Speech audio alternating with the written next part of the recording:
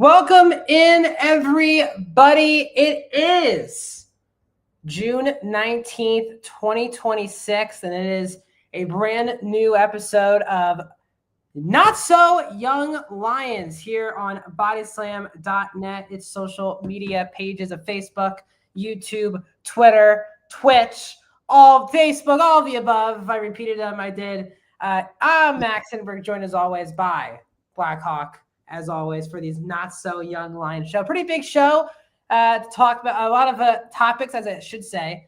We're going to get into today, give our full breakdown of Dominion.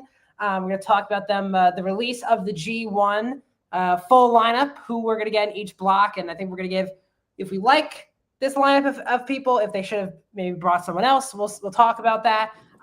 We're also talking about Yota Tsuji, made some comments regarding not wanting to work Forbidden Door.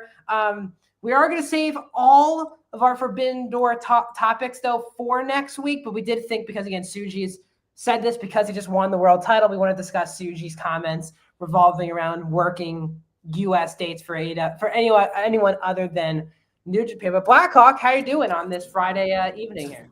I'm doing good. I'm glad it's Friday. Glad we're here talking New Japan. I thought Dominion was good, and we've got, a lot of really good stuff going on this summer. So ready for this to get kicked off. Yes, we have a lot of things going on. Next weekend, especially 4 big premium live events or pay-per-view events. You have Night of Champions on Saturday next week. You have Slammiversary, NXT Great American Bash, and Forbidden Door on Sunday the 28th, wrapping up the month of June. So the next weekend's going to be kind of nuts if you're a pro wrestling fan, to get to watch all of those big shows. So very excited, and we'll be here doing full reviews, more likely of just Night of Champions for me on Saturday, and then me and Blackhawk for Forbidden Door on that Sunday. But let's talk about New Japan Pro Wrestling, because if you're new to the channel, guys, this is Not So Young Lions. We talk all things only New Japan Pro Wrestling every single week, every single Friday from 6 to 7 Eastern.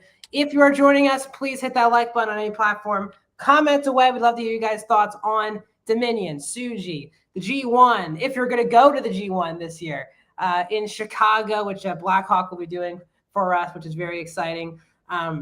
Let us know if you're going to be there. Love to hear all your thoughts. Let's just start with Dominion as a whole here.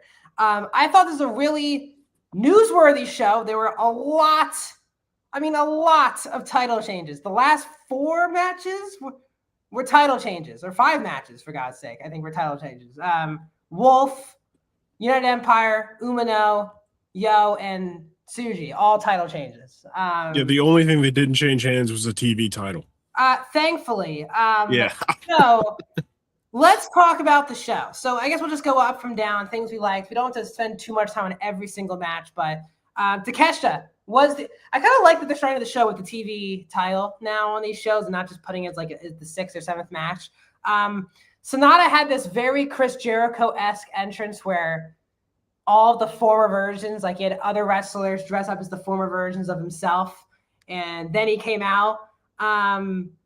This match was, I get some of these people just need to get away from House of Torture. Another person who feels like he only wrestles House of Torture now is Takeshita as well. But he retains the title. I thought the finish to the match was very strong. Into the Raging Fire, big fan. Takeshita retaining is good. Because they don't really, I know he's in the G1, and we're going to talk about him being back in the G1. With him being the TV, he doesn't seem to be a main focus as like a top guy for them anymore, like he was. Man, I felt like all of last year they really saw him as a top guy for them. Now he's it's not stuck, but he's doing these openers, TV title. What are your thoughts, Takeshita and SANADA here? I didn't think the match was that bad. I thought it was pretty good. I did love SANADA's entrance, so you will always get me with a good, throwback historical style entrance where he just comes out in like old gears and stuff. So that was sick. I do agree. I think it's not that they don't see him as high as it's AEW has a lot for him going on right now. Yep. And New Japan still wants him involved. And so they put the TV title on him. He just got to be here for the 15-minute matches and maybe a couple times in between to build something up for the next event. Yep. But then otherwise, he's back with AEW doing, the whole Don Callis family split and a lot on with that. So I kind of understand it. I get it. And I'm sure once that kind of clears up and we probably get past from Forbidden Door, past G1, he'll probably start working his way back up into the ranks. But yeah, I thought this match was great. I was surprised by SANADA coming back. He didn't show a lot of ring rust, which was great. Yeah. Especially talking about the reason why he took so much time off. He looked pretty good coming back. So I do agree. We need to get him out of Takeshita out of the House of Torture. But I think we also should probably get SANADA out of the House of Torture and get him working other stuff. He's been like 3 factions in the last year and a half. So it'd be nice if he can just do his own thing. I agree. Again, I think Takeshi will be just fine. He's going to have a bunch of bangers in the G1. I think they're going to. Right. I think we'll talk about this in our G1 talk, but I think there's a good chance he makes another deep run this year. I don't really get, it's frustrating. I love VLP a lot. Losing a no DQ match to Jake Lee. Not totally for me. I get Jake Lee has the look. ELP jumping off a ladder was pretty great in this match. He did a lot of cool stuff, but this was not the decision of just having ELP just lose a 9-minute match to Jake Lee. I didn't feel the importance of the match, and also I'm just not a fan of who won as well. I'm a fan of Jake Lee, so I was a fan of who won. I just didn't really enjoy the match. I just didn't think it was that good. Yeah. But I feel like Jake Lee's got a character that he's working on, and he just needs to work on it a little more, and he'll like get it. Yeah. But I've never been a huge ELP guy to begin with, so that might have really hurt my thoughts on this match to begin with. But, I love ELP. But yeah, it wasn't great, but it was a match. Yeah, it happened. Nobody got hurt, and it wasn't a squash, so it was okay. Yes. TMDK lost to Taichi and Uemura. Only reason why I'm happy about this is I just need Zack out of these tag stuff. Like, he's got to be a singles guy. They have enough people to do tag and TMDK at this point. Especially, we even saw Mikey Nichols pop back up on AEW on Dynamite with him. Mm-hmm. Him and Bad Dude Tito are like never in Japan anymore, I guess. But Zack, they got released off their contract. Did they? Yeah, they announced it at the beginning of the year. Then I'm shocked they're still doing TMDK stuff on TV. Yeah, because Shane Hayes also got released at that same time. So all of them together collectively got released by New Japan when New Japan was re-upping contracts. So maybe they land in AEW, and maybe now there's a TMDK faction in AEW, but who knows? Yeah, it was very interesting. I'm just happy. I just need Zack out of this tag stuff. He did this year too. Has been all tag stuff for him. It's been beginning of the year, Wrestle Kingdom, and I would say in March was all 6-man title stuff. And then recently he's just been teaming with Oiwa, which is fine. But I think it makes sense to have Taichi Uemura win. Oiwa took the pin, not really a problem. I just want Zack and again, not really worried. Zack's wrestling Omega at Forbidden Door and will be in the G1. So I'm not really worried about Zack. I just think this first half of the year has been very forgettable for a guy who was the champion, the world champion for 70% of last year. Yeah. It makes complete sense. How about Despy and Mistico having a special match here, a singles match here, excuse me. I thought it was very good. It was really interesting to see 2 luchadors have just a straight lucha match in Japan. Always very different because the crowds act differently. Mexico to Japan. Also, Mistico putting him over, I thought was also pretty interesting. Again, this felt like a match to put on the card for like variety purposes, which works for me. They are the junior heavyweight tag champs, so I wish there was development on teams wanting to go after them instead of them having to fight each other. But I'm not going to complain about watching Mistico and Desperado wrestle here. Yeah, I agree with you, especially with they just wrapped up Best of the Super Juniors and they couldn't throw a team together for a tag team match at the end of it. But yeah, it was a good match. But yeah, I really thought that Mistico was going to walk out of there winner. Yeah, me too. And so I was shocked when Despy was holding both titles. And it looked like they had a little tiff at the end there. And I guess they have made up and they're good now. One of the funny parts was watching Mistico cut a promo on his way back to the ramp, but you couldn't hear it because New Japan didn't pay for the rights to his music. Oh yes, that's right. So you couldn't hear anything that he said because they were blaring generic Spanish music over. It was very generic. I even skipped it because I hated the music so much when they were by the way, Moxley is here, Blackhawk. Don't worry. What's up, Moxley? Moxley is here. I hope your boy, you know, I'm very sad with the guy in your picture. He must be sad. We'll talk about that in a second. Let's talk Aaron Wolf beating Ren Narita for the never openweight title. I think we've beaten this drum. I am so tired of him wrestling House of Torture. These matches are all the same at this point.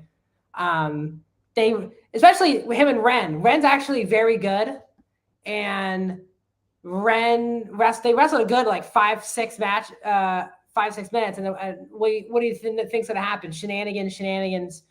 Now, cool. Like, sure, Takeshita now is like helping out Hantai, so it's cool to see him like get involved. But like, how many more matches can we watch for titles where like it's, oh my god, House of Torture interferes and the baby faces come out and even things up? Like, I just feel like these matches have become just rinse. I think Aaron Wolf's very good. Clearly, I don't think we need the need of shenanigans to hide anything. To me, I'm at the point of these matches all feel the same. I'm just happy Wolf won. I just need this title they need to move on from him wrestling House of Torture. It's been the whole year so far. At this point, like, what is House of Torture even doing? Are we just having them around to have a undercard heel staple? Yeah. Like at this point, that's what it feels like it is.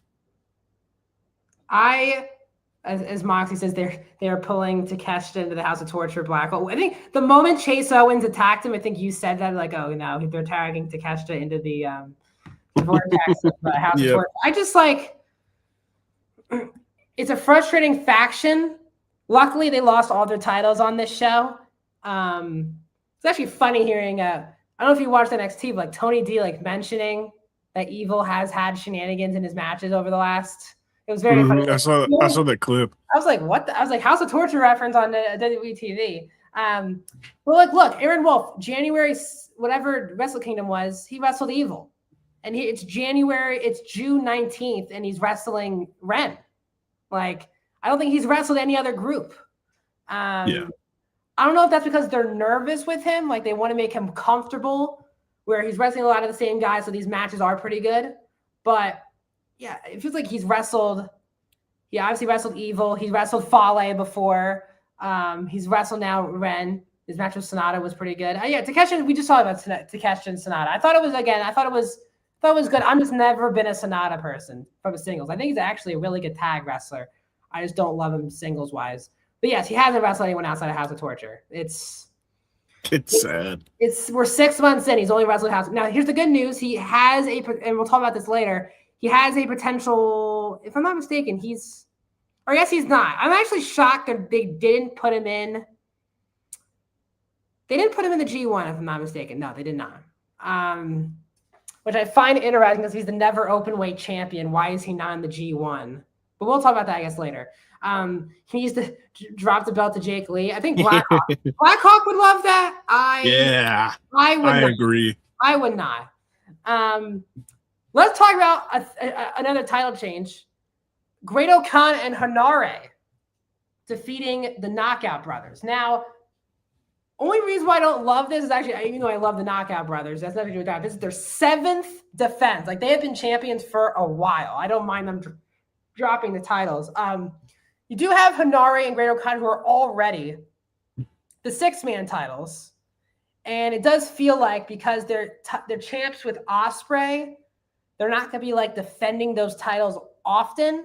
So let's give them a title where they're on TV still all the time defending something. You know what I mean? So I thought the match was very, very good, obviously. I just think HENARE is one of the most underrated performers. He's such a killer. Yuto-Ice and OSKAR are one of the best tag teams in the world. I didn't hate this decision, especially from the perspective of the Empire is still the #1 faction in the company. Knockout Brothers, for how long they've had a title reign, they haven't had the most inspired feuds, I would say. I like them wrestling Uemura and Shota towards the beginning of the year. That feud I enjoyed, but a lot of them are just random title matches. But were you happy with this decision, going with HENARE and Okan here? I feel like I'm fine with the decision. Yeah. I wasn't going into the match, I would have been fine with either one of them walking out with the titles. But yeah, I agree. There hasn't been a whole huge build for Knockout Brothers since the beginning of the year for the titles. Yeah. So this is probably the most work they've put into it, other than just random one-off matches since the beginning of the year. So it did feel like we were going to get a title change here.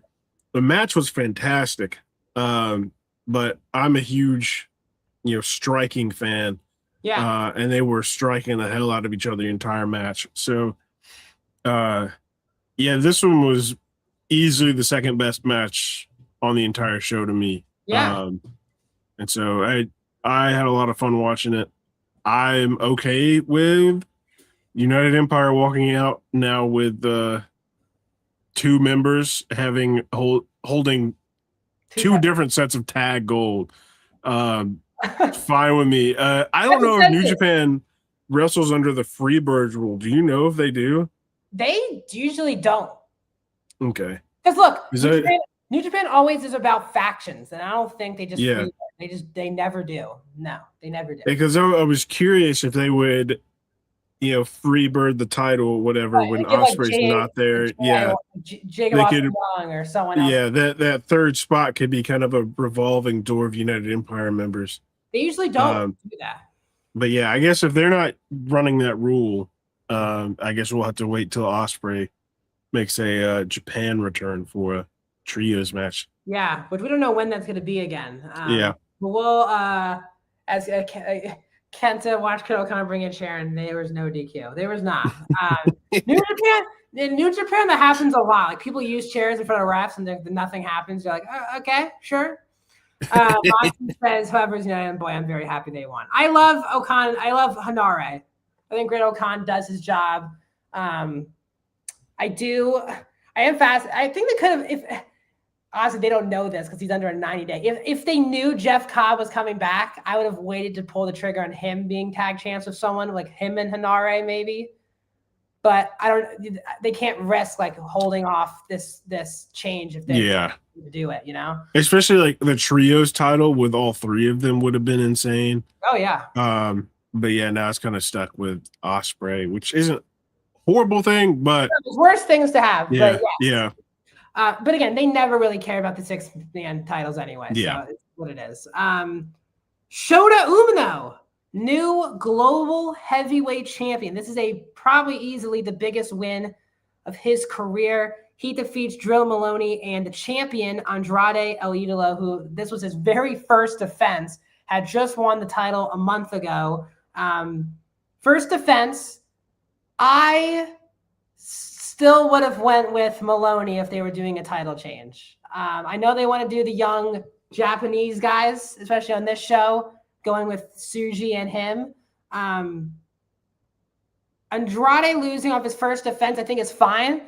I was actually shocked he was the one who got pinned because it was a triple threat. I was like, oh, okay, so he won't get pinned.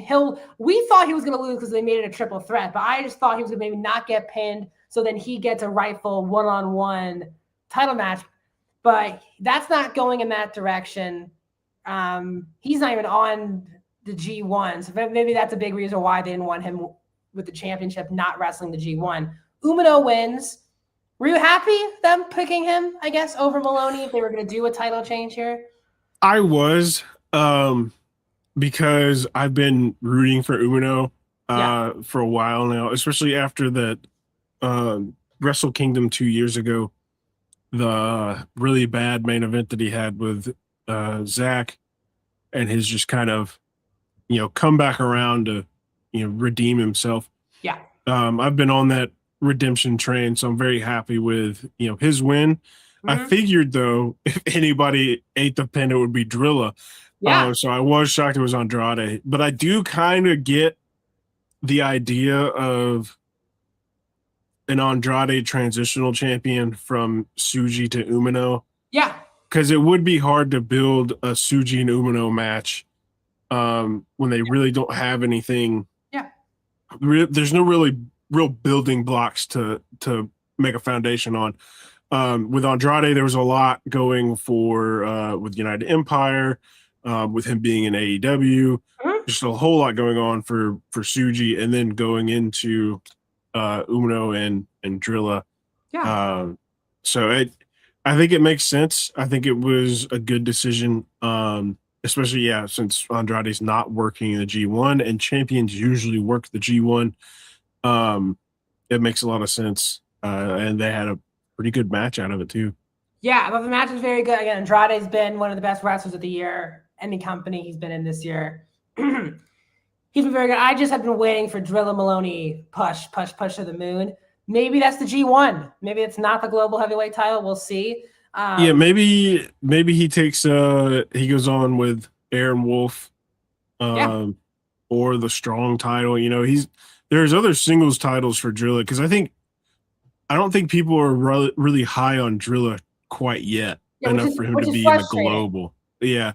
And so I agree it's frustrating, but even seeing like the reaction from just the match itself. Oh, yeah. Online, a lot of people are not very high on Drilla.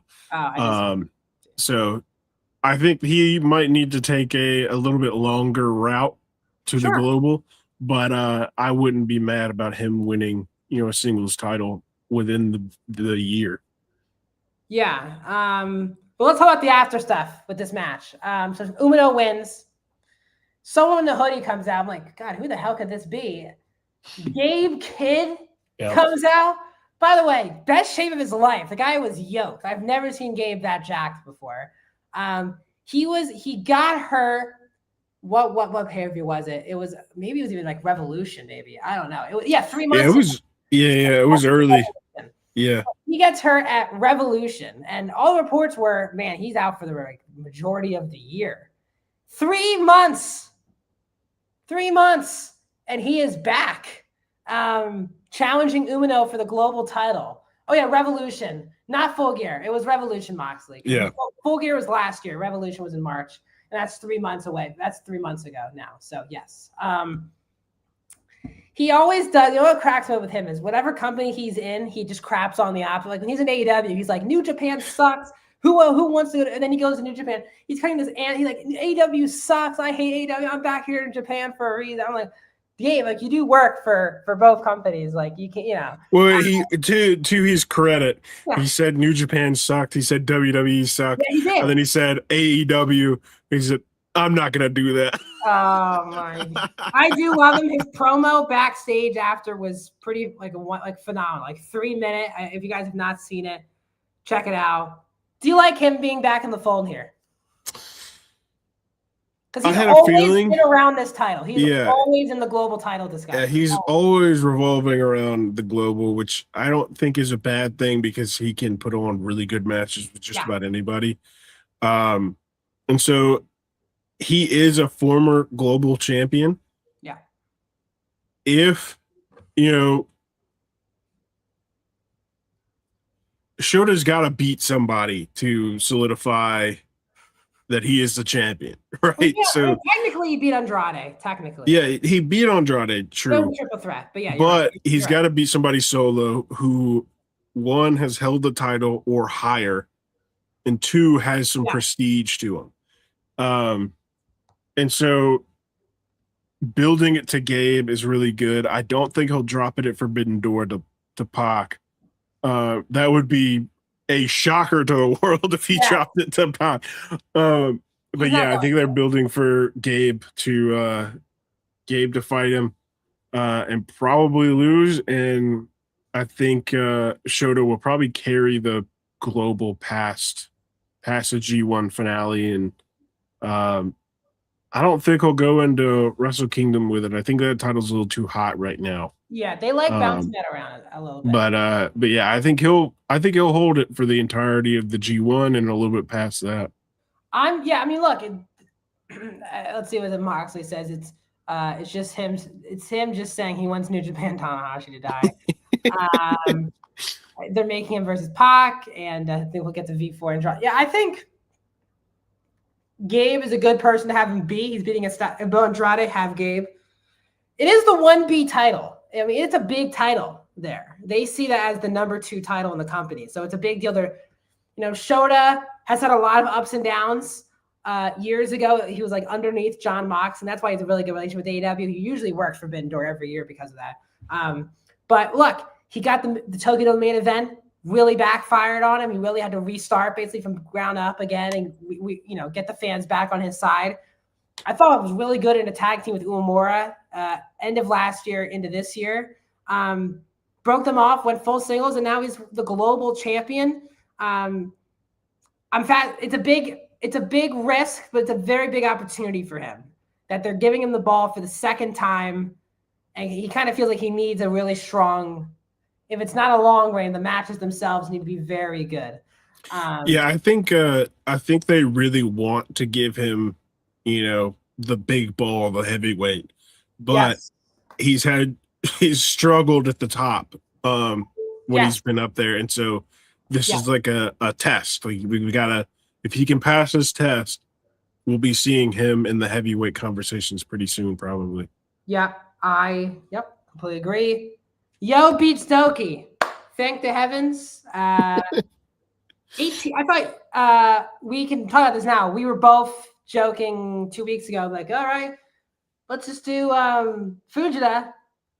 And they went with Yo, not just to win the Super Juniors, but to win the title. This junior division is not exciting at all to me at the moment. The matches was good. Yo's matches are very good. I just feel like they need a fresh, clean paint. Like, how many more junior title matches can we watch involving Yo, Doki, and Desperado at this point without feeling it too stale, Yeah, it felt like we just got a Best of the Super Juniors, and they had 20 guys in Best of the Super Juniors that put on some pretty good matches, but we don't ever see them challenging for the junior title. They're just there for, like, even if it's just, a Taguchi, like, 5-minute match, he should be challenging. He's a former champion. He's a former Best of Super Junior winner. Master Wado, he isn't challenging it at all. Former Best of Super Junior winner. Yeah. And so they've got a huge division that they can work with, and they've got really good relationships with DDT and Dragon Gate. Dragon Gate's got a laundry list of juniors that could come in and just give you a match, even if you don't want them to take the title. Yeah. That I don't understand why they aren't really pushing the junior division very heavy. House of Torture does suck. Before the match, I said before the match started, just on the offhand, they'll probably give him the belt. Let's get the belt off Yo and put it on high Yo. I think there should be a quick. I think first title defense, Yo should drop the belt to someone young, or someone like Robbie Eagles, who's never had the opportunity to win this title. Like someone new. They've got a lot of like fresh faces and people that are ready to hold that belt. I don't understand why they keep going back they keep shuffling it around with the same people. And I mean, Yo is a new name in that conversation, but it doesn't feel new. No, him and Sho have been in the junior division for a decade plus now. Yeah. So let's get to the big topic. This will transition us. We'll end on the G1. We'll focus on Tsuji now. They do take the title off of Callum Newman here. Tsuji beats Newman. Very good match, of course. But it was learned from Brian Alvarez, the Wrestling Observer, that Newman was injured during the match. Dislocated shoulder, if I'm not mistaken. He put it back together in the match. Like he put it, which is, very, very Finn Balor-like. He just whatever, knocked his arm into the corner. But I don't think that, because it's funny, when I heard that report, I was like, oh, was Newman hurt before the match? Because is that why they took the title off him? But it was during the match. So I don't think that is why. And they still kept him on. They had him in the G1 beforehand. He was the first name announced for the G1. So clearly this was they made this decision beforehand to have Tsuji over Newman. I'm going to let you get your thoughts on this situation here. I don't think it's bad. Yeah. Okay. I thought Callum's reign was good. What I really enjoyed was Tsuji having to elevate himself to beat Callum. He's having to evolve. You know, the Gene Blaster is just basically a spear. Yes. At its core. He it's a spear, but he picks you up and throws you down. Yeah. And so he had to evolve the Gene Blaster because it wasn't enough to put down Callum Newman. He had to change, you know, how he even came out to the match and everything. He changed everything about how he was going to handle this match because Callum beat him last time. And so it forced a Tsuji evolve, which I thought was really cool. Mm-hmm. I don't think Callum was a bad champion. And I think that I don't think they'll hot potato this title, but I think that there's a lot of people vying for this title. And I think they trust Tsuji more than they trust Callum at this point. Yeah. I don't know about, like, they're really making a big thing about United Empire, and I was cool with that. Like, let's just go for it. But Newman he beat Shingo. That was his only retain of his title. Very interesting. Beats Tsuji, beats Shingo, then loses just right back to Tsuji. I don't know. It leads me to be really fascinated his booking, if healthy, for the G1. Like, is he? Well, I guess we'll say that topic for later. I guess. Thought the match was good, but you could, and as Michael said, you could actually really tell Callum was like couldn't move at some particular points to pick him up. So this probably, I thought their first match was a lot better than this, but Tsuji's the new champion. I am nervous. They could be pushing him down people's throats to a point. He literally was global champion. It was the same booking, literally a year ago. He won the global title, dropped it to Gabe, won it back, was champion for the whole year, then obviously beats Takeshita. Beats Takeshita, loses it right away to Newman, then beats him back. They are basically telling you he's the guy of this new crop of guys. Let's talk about his comments really quick before we move into the G1. So Tsuji came out after the match, basically was saying he did not want to waste his time, going to work Forbidden Door. He does not like the way the New Japan guys have been booked at Forbidden Door. And he's just totally against it. Now, Ospreay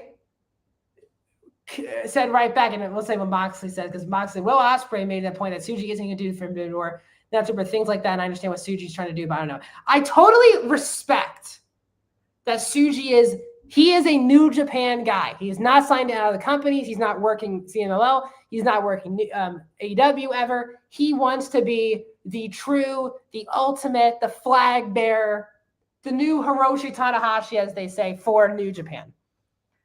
But Ospreay made a lot of good points. What they saw at the Tokyo Dome and those double main events, and everyone tries to lie to themselves that Takeshita is like, he is an AEW. He works AEW way more than New Japan. No matter 100%. Yes, he's signed to a contract to New Japan. Does not mean he's a New Japan guy. 2 of the 4 guys in that double main event at the Tokyo Dome this year were AEW wrestlers. Now, yes, Takeshita is signed to New Japan, and yes, Okada is New Japan legend, but they needed AEW guys to make those 2 main events very big deals.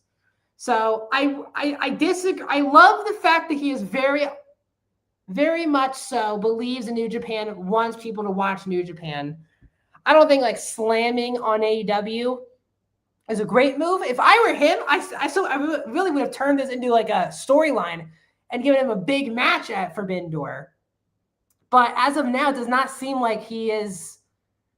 I mean, because I don't think this is like a fake thing. Because again, it was Ospreay who claps back, and obviously Ospreay has his own stuff for Forbidden. It's not like Ospreay's calling him out. They'd be like, "Oh, well, let's do a match now at Forbidden Door."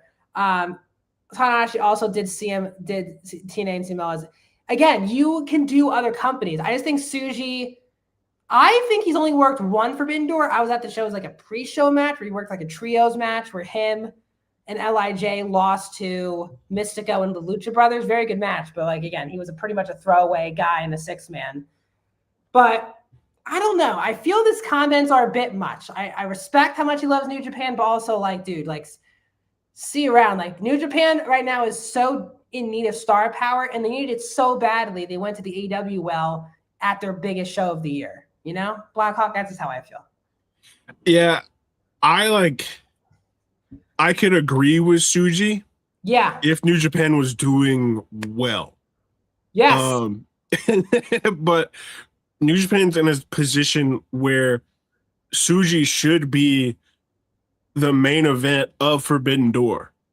You know, I understand that he just won the title of Callum. There's not a lot of time to build a good enough story for a main event at Forbidden Door. I get it. I completely understand. But if he is so pro New Japan, he should want to go to these AEW shows and beat the AEW top wrestlers as a New Japan champion. Yeah. I don't understand why he's so adamant about cutting them off and you know, I'm staying on this side. I'm not going over there. And not wrestling the guys over there. It doesn't make any sense. I feel like if Tsuji had never lost to Callum and we're still sitting here with Tsuji as champion, we probably could have had something build. Sure. I don't think that's what I'm saying, though. Yeah, I don't get like the hard stance on this when it's just, you know, not how the company's running anymore. Yeah, I agree with Moxley. I'm going to bring up his comment. They need the exposure. It's not 2017 or 2000. I agree. They need the exposure. Like they need eyeballs on the company. They desperately do. And again, they had a lot of eyeballs at the Wrestle Kingdom this year, and they just have not followed up with great stories or stars. They just have no. Of the only New Japan guys, they are definitely in need of just star power. They just don't have it anymore at this point. But, you know, it's not like a top guy. If it's like, I'm trying to think of like a right person. Like if Tsuji wrestled, I don't know, like Claudio or something. Or he wrestled Brody King and got a win. Or maybe he wrestles Bandito and gets a win. Something just random like that. Because I know they don't want to do, and again, I totally get it from both companies. You don't just want to do MJF versus Tsuji. Like, I totally get it. Both companies are going to want their guy to go over. It's the world title. But I would still have given Tsuji a very fair opponent and given him a win. But I also think Tony knows how much. This is not like a breaking news thing. If you follow him, you know that he's always been very not anti-AEW. And I went to the New Japan show in February, and his ending promo was like, "We are not AEW. We are not WWE. This is the best company in the world. This is New Japan." I was like, wow. I mean, he just really does not like the other companies. I don't think, you know, New Japan, Forbidden Door has evolved. And I think we'll break that down next week on really why it's not really like even a Forbidden Door anymore with any of these companies. There's, as of now, on the card, there's only 2 New Japan talents on the show. So it's not like a big Forbidden Door like it was 4 years ago. But who knows? It's a week from now. Maybe they can give Tsuji a match on the show. We'll see. I don't think they will, because I don't think these comments were like a planned thing to set up a story or anything like that. Yeah, I think they've still got time to add some stuff to Forbidden Door and make a couple more New Japan matches. Yeah. Or even just a Stardom or a CMLL match. Show at this point. But yeah. But yeah, Forbidden Door is not looking like it's looking like an AEW pay-per-view featuring Japan. Yes. Let's move to the G1 to wrap up our podcast today. Again, really fun time. As always, I feel the same way about the juniors. They stacked one side of the blocks again. Like B block is loaded. You have Newman, ZSJ, Umino, Uemura, Maloney, Gabe Kidd, and HENARE, and Narita. That is stacked. A block is Takeshita, Tsuji, SANADA, Shingo, Jake Lee. Oh, God. I forgot they had Jake Lee in it. Oleg, Goto, and Great Khan. Now, the qualifying matches are Yoshihashi versus Oiwa. And the other qualifying match is OSKAR against Yujiro. Now, for God's sake, hope OSKAR beats Yujiro Takahashi. Okay? For the love of God. That is I think that is B block. Yeah, that's a B block. That's yeah. A block's qualifying matches are Taichi versus Yuto-Ice and Phantasmo versus Oiwa is A and B, and then C and D is Yoshihashi. Wait, Oiwa's in both? Does New Japan have this wrong? Why is Oiwa in 2 qualifying matches? Let me see if they've got it's Taichi versus Yuto-Ice and El Phantasmo versus Oiwa. And then look at the B block. Make sure I'm not. Yeah, they've got it. Yeah, they've got it on their website. He's in. Maybe that's wrong. Maybe that's wrong. Let me see if I can find where they posted the play-in matches.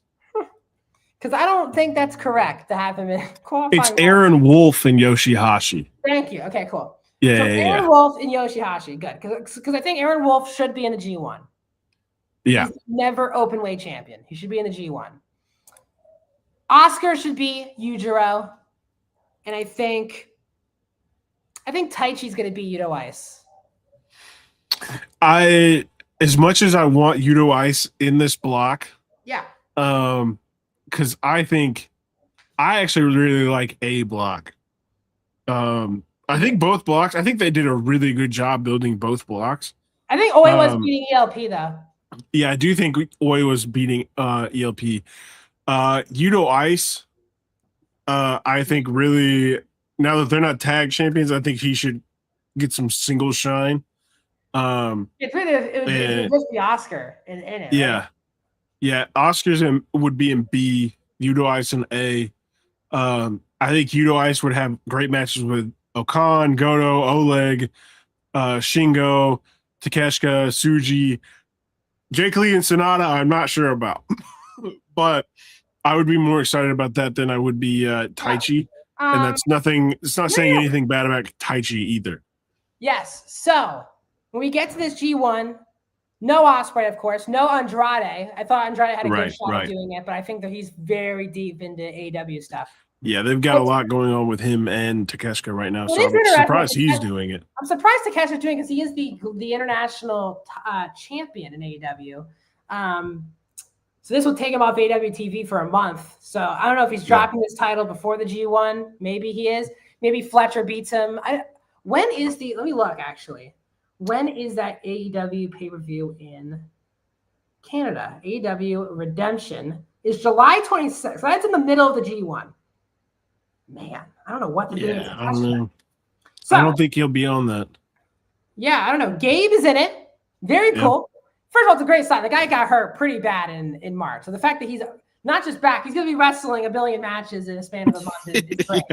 I am really flummoxed on who they're going to go with.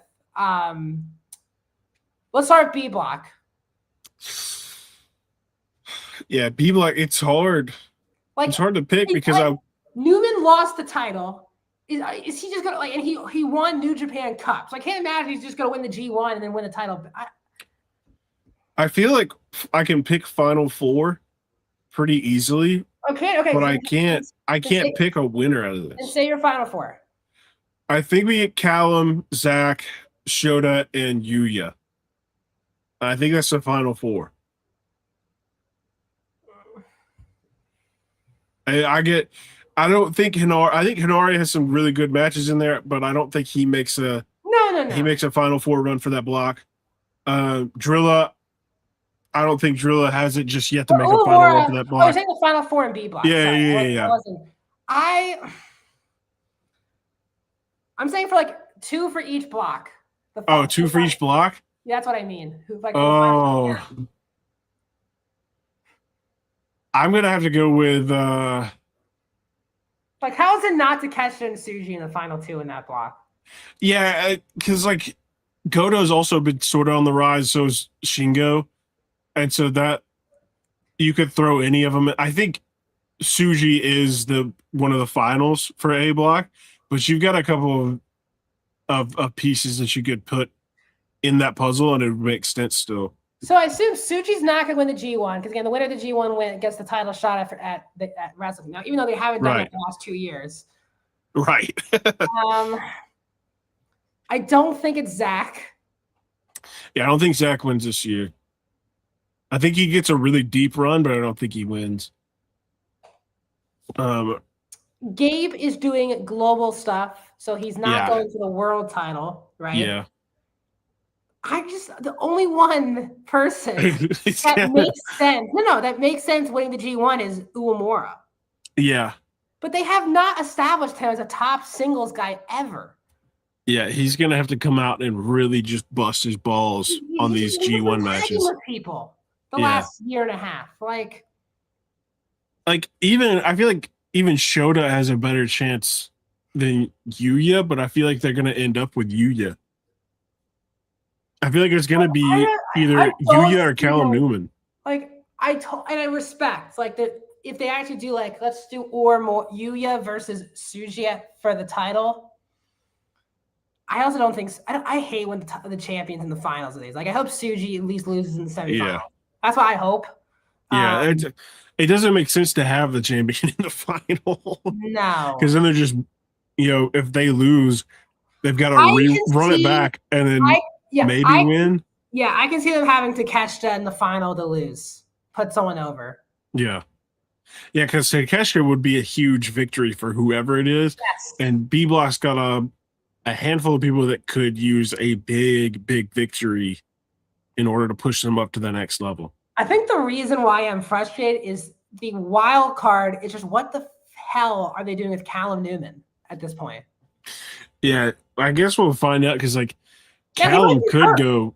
Yeah, he could be hurt. 1, 2, he had a pretty good run in the New Japan Cup tournament. He won it, for God's sake. Yeah, and so he could have another really good run here. And we could be looking at Callum Newman Tsuji 3. Like, I can't imagine they just have Callum win this whole thing just to beat Tsuji again. Like, he doesn't have to win this to fight Tsuji again. It's 1-1. Yeah, he won to fight Tsuji again. I agree. I think that's what they're going to do is have the title match. That's like, oh, if Tsuji wins this match, he's locked in for January. Is Newman. But I don't know if they're going to have Tsuji as the champion again for Wrestle Kingdom, even though, again, technically last year he wasn't the main event. It was the semi-main. He was not the main event. Like, Zack, been there, done that. Doesn't need to win this again. Maloney, HENARE, and Ren are in there just for the match. Like, luckily, there's only one member of House of Torture, which is a positive. Well, I think he's the only heavyweight that really could do a G1. Yeah, Don Farley's not doing it. Yeah, Yujiro beats Oscar. We're gonna rant next week. Whenever they're doing those qualifying matches, which is I think soon. So July 6th is the Yujiro Oscar one. I think they're all in the same show. If I was looking at this, on the website it says 2 are on the 23rd of June and 2 are on the 6th of July. Oh, okay, yeah, I see it now.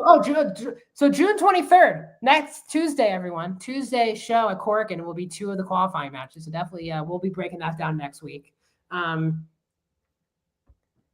don't feel pumped. I do. I think it's going to be a good one. I think it's going to be good. I'm just frustrated on the direction that they're going. Yeah, it's sometimes not understanding what the next move is a good thing, but this one is like when AEW or when New Japan's in sort of a tumultuous time, having some kind of clear direction and their biggest, probably second biggest thing to happen during the year outside of Wrestle Kingdom, is a little concerning. But I trust everybody that's in the G1 to at least put on good matches, because at the end of the day, what's going to draw people in is good matches for New Japan. That's what they're known for. And so if they can have a G1 full of good matches, it's going to draw people in. Worried about. It's all story and like I feel like they're not like, do you feel like based on the crowd reaction, do you feel like they believe CG is the guy? I don't know. I'd have to go back and watch that match and really listen. I don't think any of these guys get great reactions, is my point. No. Yeah, I think the crowds are really kind of dying out, which is sad. They're like, they'll pop for like a big spot or something dangerous, but for the most part, it's just kind of, end of match, they're just very good and then move on. Yeah. And I've seen that a lot in Noah as well. They'll get rowdy for a little bit for some stuff, but then the match ends and they just kind of dead, which is crazy. You usually would expect, match end, big applause. So I don't know if I don't know really what's going on over there. If it's just Japan in general. I haven't really watched like much All Japan to see if that's also happening over there, or Dragon Gate or anything like that. But it could just be a shift in personality as far as like a viewer goes. I feel like a lot, like Gabe got a huge reaction when he came back. I don't know. Some of these guys have good reactions, but it's weird. All the young Japanese guys are the ones who really struggle with these reactions. Like Umino, Tsuji, even Uemura don't get like the greatest of pops like their top guys. I feel like part of that could be because they don't really talk to the crowd. They kind of talk at the crowd. Yeah. Gabe, when he came out, he was like talking at like to the crowd. And I feel like that's a big thing that happens now in just wrestling as a whole, is people are talking to the crowd, not at the crowd. Yeah. So it could be just that he's, I think every promo I've seen from Gabe, it's been very, crowd or Tanahashi focused. Yeah.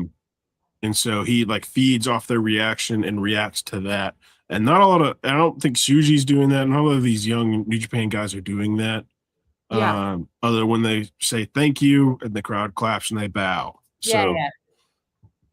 I think the match, like, again, I'm pumped for especially B Block for me. Like I like Gabe and Zack and Gabe and Drilla, War Dog reuniting. I'm very excited about.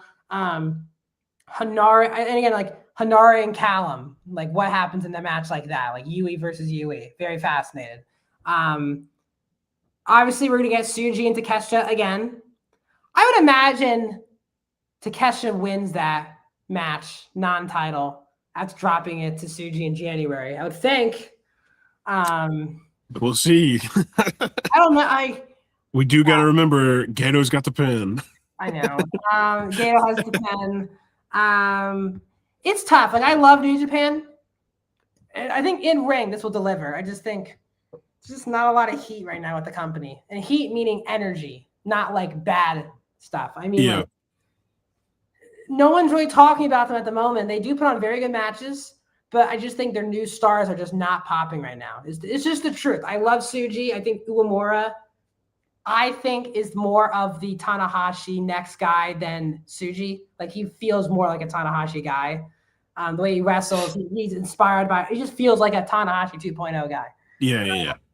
Umino, respect. I respect him a lot because he's gone through a lot of ups and downs, but I'm fascinated. I am fascinated all with the booking of this tournament. That is what I'm here for. The matches will be good. I'm not going to be surprised. I am fascinated who wins and loses these matches. Fascinated. Yeah.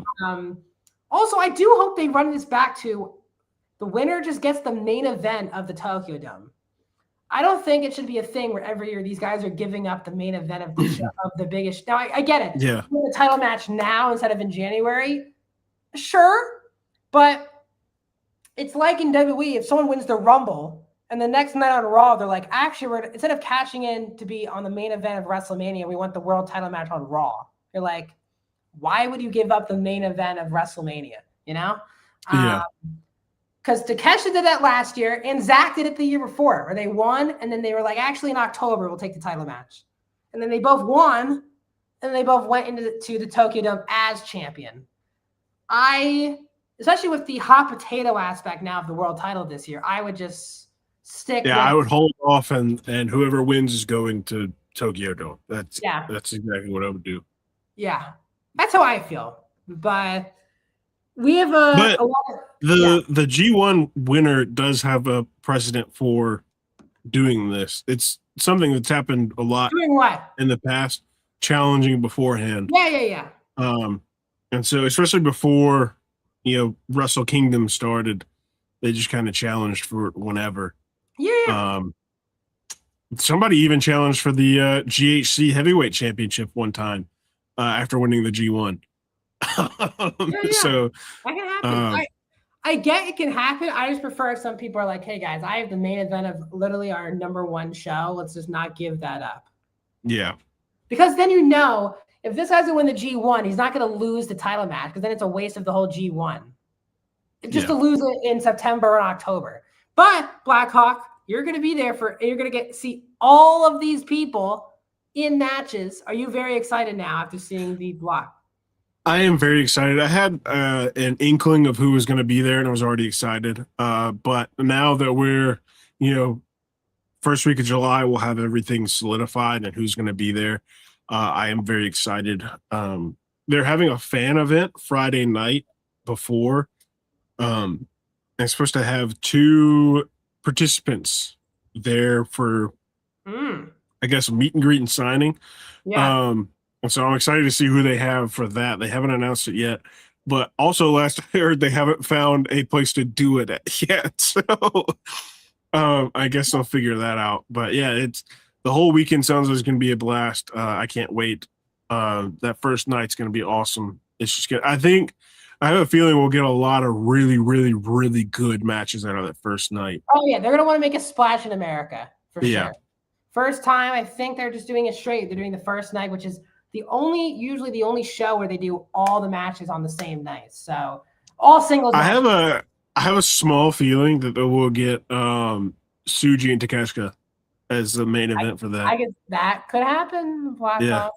I guess the two biggest names and the 2 biggest draws for New Japan fans in America. So I could definitely see that. I'm very excited for you to cover it, obviously for your stuff, but also for Body Slam, which is very exciting. I'm very excited for you to get out to a freaking wrestling show, Blackhawk. Very excited for you to do that. But I think we exactly went an hour long, which is actually phenomenal. Blackhawk, let us know where we can find you on socials and what you do for Body Slam and things of that nature.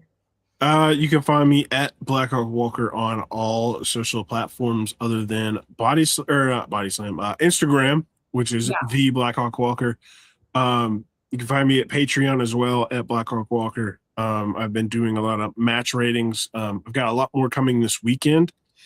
Noah Tag League is finally done. And for some reason, I thought it'd be a good idea to hold all of them until it finished. So now I have about 15 things to post for Noah Tag League. So those will all get dumped this weekend, and we'll have the Emerald Dark will come back. Yeah. Some point next week. I don't know when yet, but we'll talk about Noah Tag League. And for Body Slam, I do the show, obviously, as well as the AEW post shows with Max. Thank you. Yeah. Please follow Body Slam across all of our social media platforms. That is Twitch, Facebook, Twitter, and YouTube. So please follow us, subscribe to our YouTube.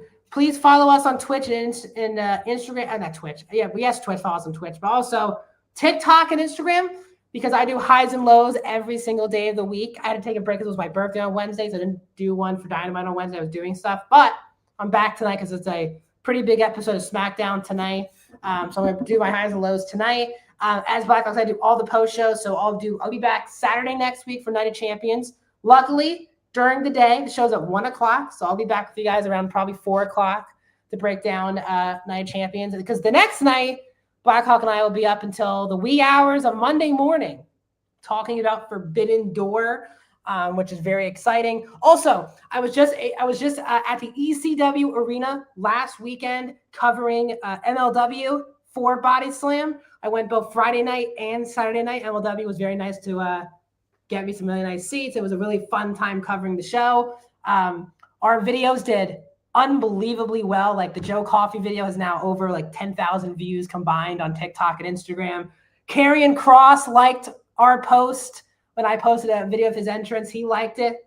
Happy that Killer Kross was very happy with the coverage as well. So please, I posted videos of Matt Riddle. I posted videos of Austin Aries versus Trevor Lee. I'm going to be continuously posting stuff.